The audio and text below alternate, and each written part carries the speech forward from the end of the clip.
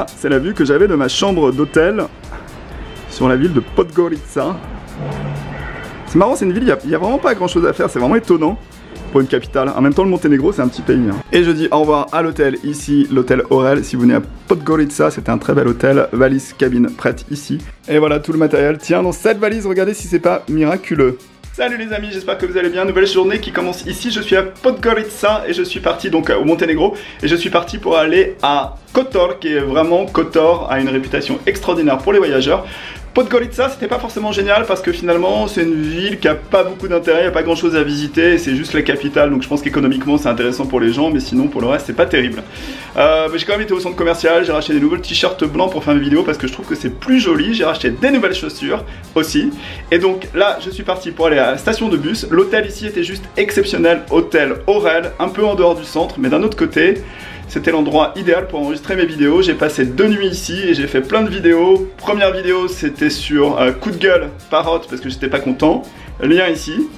Deuxième vidéo, c'était charger tous mes équipements avec un chargeur. Et ça, je vous recommande vraiment cette vidéo si vous avez l'occasion d'aller la voir. Elle est intéressante pour vous si vous voyagez ici.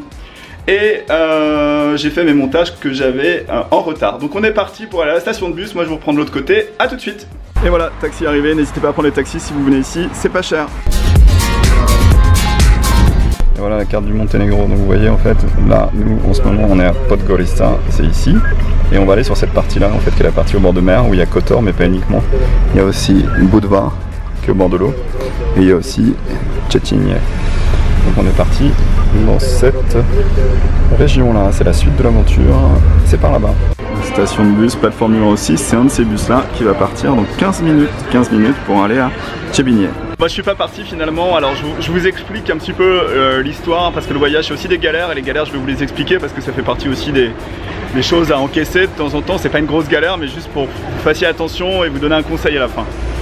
J'étais dans le bus et à un moment donné je réfléchis, je me dis mon passeport. Et en fait je me suis souvenu que la fille de l'accueil elle avait dit à l'hôtel je garde le passeport. Et en général c'est vrai que je suis un peu cool là-dessus, ça me dérange pas trop. Mais en fait maintenant je pense que systématiquement je vais ne pas laisser mon passeport à l'accueil parce que du coup je lui ai dit ciao, au revoir, j'ai pris le taxi, je suis arrivé à la station de bus et dans le bus j'ai réalisé qu'elle avait gardé le passeport, donc c'est vraiment pas cool et j'aurais dû y penser. Donc il a fallu que je reprenne, bon donc j'ai perdu mon billet de bus, il a fallu que je reprenne le taxi aller-retour juste à la station et là je suis de nouveau ici avec mon passeport dans la poche, donc c'est cool.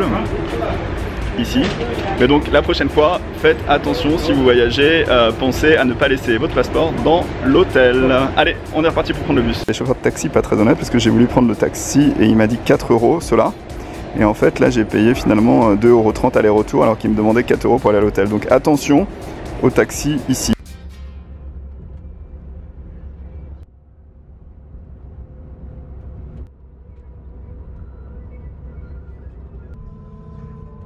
Voilà, ça c'est le bus qu'on a pris en fait directement de Podgorica jusqu'à ici, j'ai oublié le nom, et demain c'est l'ascension du mont Lovsan avec le fameux... J'ai choisi une chambre d'hôte en fait. Les chambres d'hôte c'est des chambres qui sont mises à disposition par les habitants de la ville en fait, et c'est plutôt mignon.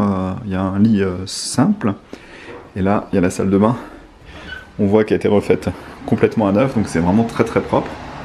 Et donc c'est dans une maison avec d'autres personnes. Et moi j'ai ma chambre à moi qui ferme à clé si je veux m'isoler, fermeture à clé. Et vous voyez, en fait là on a un corridor et en face après il y a une autre chambre de ce type. Si toutefois les gens veulent venir à 3 par exemple, ils peuvent louer cette chambre. Les lits sont déjà prêts, hop.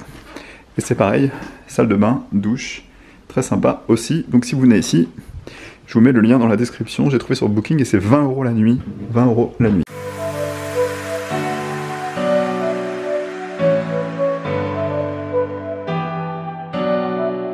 Salut les amis, j'espère que vous allez bien. C'est une nouvelle journée qui commence ici. Je suis dans une ville qui ne se trouve pas très loin du mont Lovsen. Alors le mont Lovsen, il faut savoir qu'au Monténégro, c'est un des monts les plus hauts, puisqu'il culmine à 1800 mètres et il donne sur l'Adriatique et sur les bouches du Kotor. Donc on a une vue imprenable si le ciel est dégagé, et aujourd'hui il a l'air de faire beau.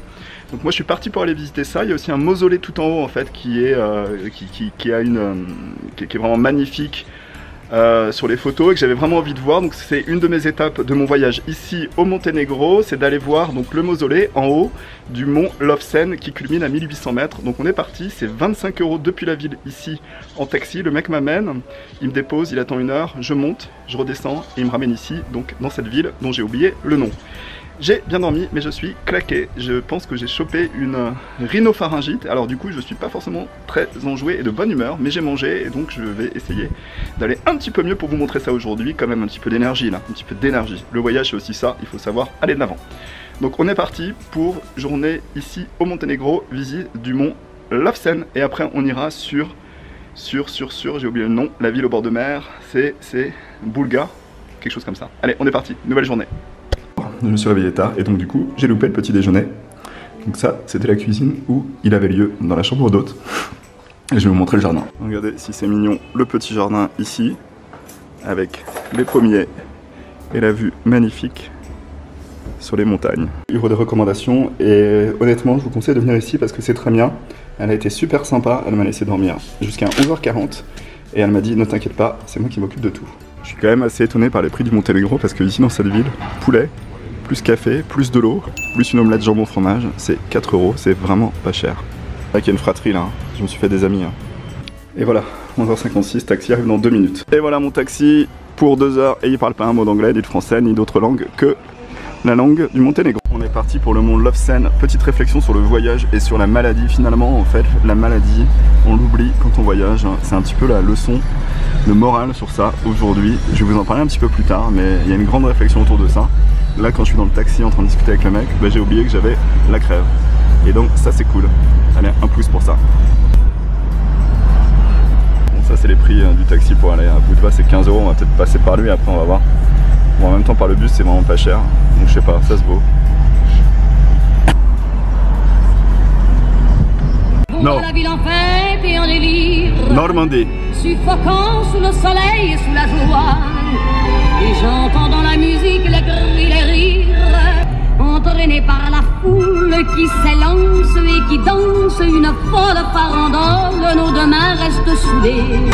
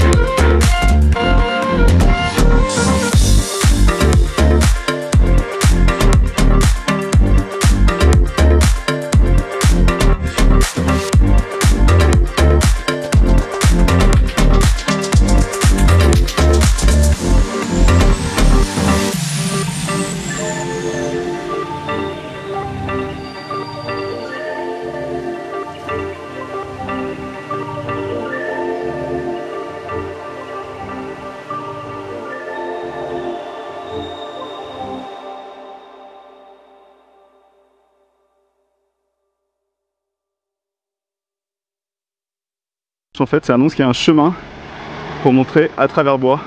C'est quand même magnifique d'être au milieu de la nature comme ça. C'est super protégé et c'est très très beau. Ça me rappelle le Japon. Bon, je suis pas le seul à monter dans les montagnes, regardez, il y en a d'autres. On suit les flèches.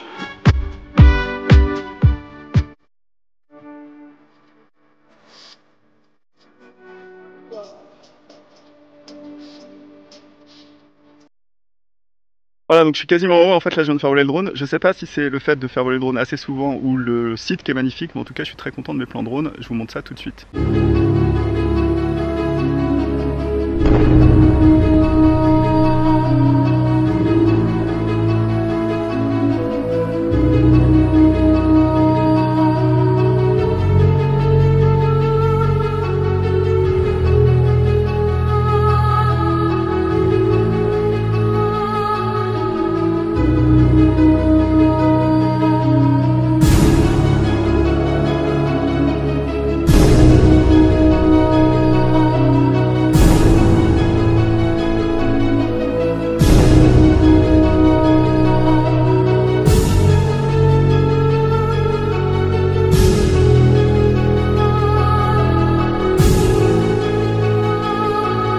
Vous voyez, ça c'est l'inconvénient d'y aller en voiture, c'est que ça bloque au bout d'un moment et les gens sont de toutes les façons obligés de finir à pied. Vous voyez les voitures et en fait le mausolée se retrouve tout en haut, donc on n'est pas arrivé. Je crois qu'il y a 700 marches, plus de 700 marches. Pour vous montrer à quel point c'est à pic, les gens ils bloquent les roues des voitures avec des pierres. Et voilà, ça c'est l'arrivée, donc j'ai déjà réussi à faire mes 3 km, 1 pouce pour ça. Et en haut, je vous raconte mon histoire et je vous expliquerai pourquoi ça compte autant pour moi de réussir. Bon, ça c'est le premier palier vers le tunnel. Et à la fin, si je réussis, j'irai au café boire une bière et je vais ramener une bière au chauffeur, je pense. Ça va lui faire plaisir. Faut oser quand même. Et ça, c'est la vue qu'on a du premier palmier, donc c'est déjà pas mal, mais c'est dommage de venir ici sans continuer, donc on va continuer à monter. Bon, a priori, il n'y a personne. Donc on va monter le tunnel, il est en parfait état.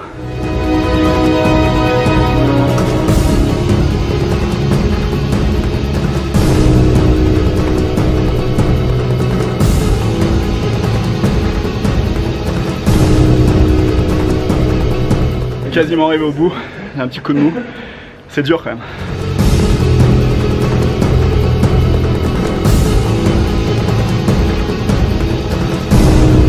Et voilà le bout du tunnel, là-haut, quasiment arrivé. Et la dernière marche. Fini.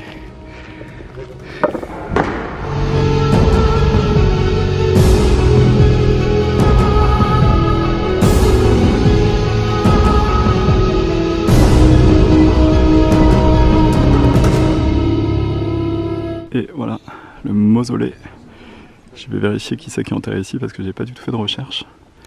Et ça, c'est l'entrée du mausolée. Donc c'est 3 € pour entrer dans le mausolée. Et je viens de prendre un ticket. Donc c'est le mausolée de Pétard II, qui était un philosophe, poète, et bien plus encore. Dans la première pièce, on trouve donc une statue à son effigie avec un aigle. Et ça, on est parti pour descendre au sous-sol, voir ce qu'il y a. Je pense que c'est le caveau. Là où on est enterré. Et on arrive dans la fameuse pièce où se trouve le corps de Pétard II. Et quelque part, et on arrive sur le dernier monument, enfin c'est pas un monument, un point de vue qu'on doit, pour y accéder, il faut payer l'entrée du mausolée. Donc pour vous donner un ordre d'idée, je viens d'ici et j'ai monté tout ça à pied jusqu'ici. Et ben voilà. Regardez si c'est beau avec la lumière du soleil, le bas de montagne. Donc ce qui se fait quand on arrive ici, en fait, c'est de construire une petite pyramide de pierre. Je pense que c'est comme un rite religieux, ça me rappelle un petit peu le Japon, où on retrouve ça dans les montagnes, lors des pèlerinages shinto.